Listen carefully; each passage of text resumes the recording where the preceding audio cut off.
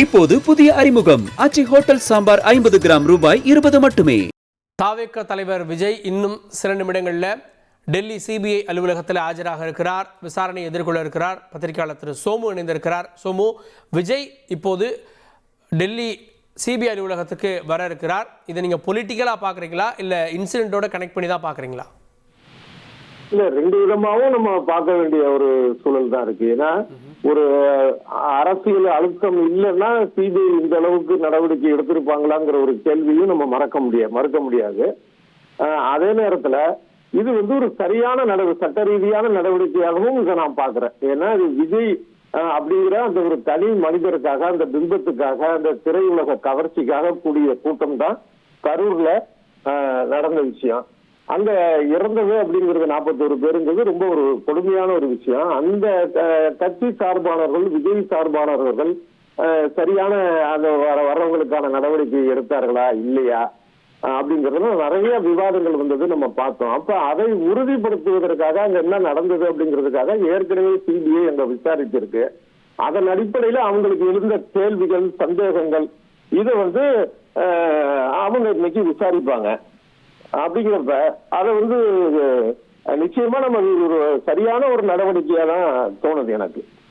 இல்ல, அதுல court monitor பண்ணக்கூடிய ஒரு விசாரணை, இதுல ஒரு பொலிட்டிக்கல் இன்ஃப்ளூயன்ஸ் இருக்குன்னு நம்புறீங்களா?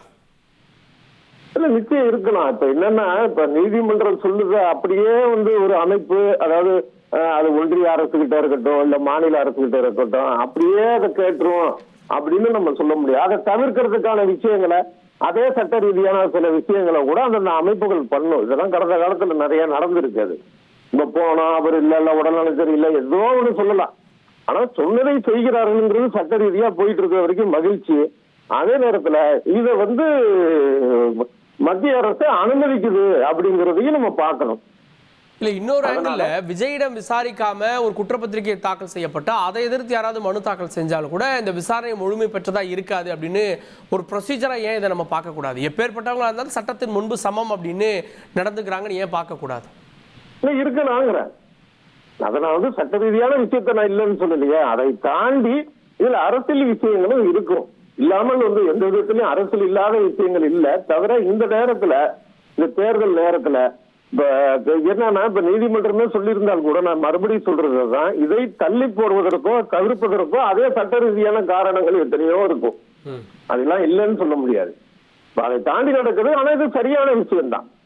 இப்ப தேர்தலுக்கு முன்பே குற்றப்பத்திரிகை தாக்கலாகும் நினைக்கிறீங்களா? அது தேர்தல்ல இப்போ தாவேகாக்கு எதிராக வந்தாலோ இல்ல தாவேகாக்கு ஆதரவா வந்தாலோ அது தேர்தல் எதிரொலிக்கும் நினைக்கிறீங்களா? இல்ல, நிச்சயமா எதிரொலிக்காது. ரெண்டு விஷயம்.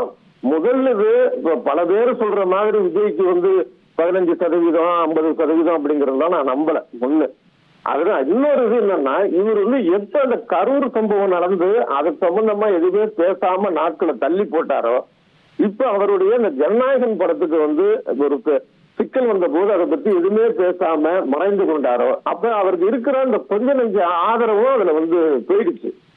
விஜய விரும்பின ஆட்கள் சில பேர் கூட இந்த குறிப்பா அந்த ஜனநாயகன் படத்துக்கு கூட அந்த படத்துக்காக இல்ல, அதை சம்பந்தமான ஒரு குரல் கூட ஒரு கொடுக்கலையே அப்படிங்கிற அளவுக்கு ஒரு எதிர்மறை கருத்து வந்துருச்சு. அதனால இவருக்கு இந்த விசாரணை வந்தாலும் பத்திரிகை வந்தாலும் இவருக்கு ஒரு பெரிய செல்வாக்கு இருந்தால்தானே அந்த கேள்வி நமக்கு வரும். அது குறையுமான்ட்டு. ஏற்கனவே இருக்கிறதே குறைவு, அது இன்னும் குறைஞ்சு போச்சு. அதனால இது ஒரு பெரிய பாதிப்பு இருக்காது. இப்போ விஜயனுடைய ஜனநாயகன் படத்துக்கு சிக்கல் வருது. இப்போ அதுக்கு பின்னணி என்னன்னு பலரும் கேள்வி எழுப்புறாங்க. இன்னும் வெளிப்படையா பாஜக தான் அப்படின்னு காங்கிரஸ் குற்றச்சாட்டை முன்வைக்குது. சிபிஐ விசாரணையை விஜய் எதிர்கொள்றாரு. விஜயவே நேரடியாக அழைச்சி விசாரிக்கிறாங்க. அப்போ ஒரு ஆன்டி பிஜேபி ஓட்டு ஏன் விஜய் பக்கம் வராது? விஜய்க்கு ஒரு நெருக்கடி கொடுக்குறாங்க அப்படின்னு சிறுபான்மையினர் ஓட்டுலாம் ஏன் இதன் மூலமா வராதுன்னு நினைக்கிறீங்க? இப்படி வரணுங்கிறதுனாலே ஏன் இப்படி செய்ய மாட்டாங்கிறதும் ஒரு கேள்வி இருக்குல்ல. அந்த வாங்கல மக்கள் யோசிப்பாங்கல்ல. இப்போது புதிய அறிமுகம் ஆச்சி ஹோட்டல் சாம்பார் 50 கிராம் ரூபாய் 20 மட்டுமே.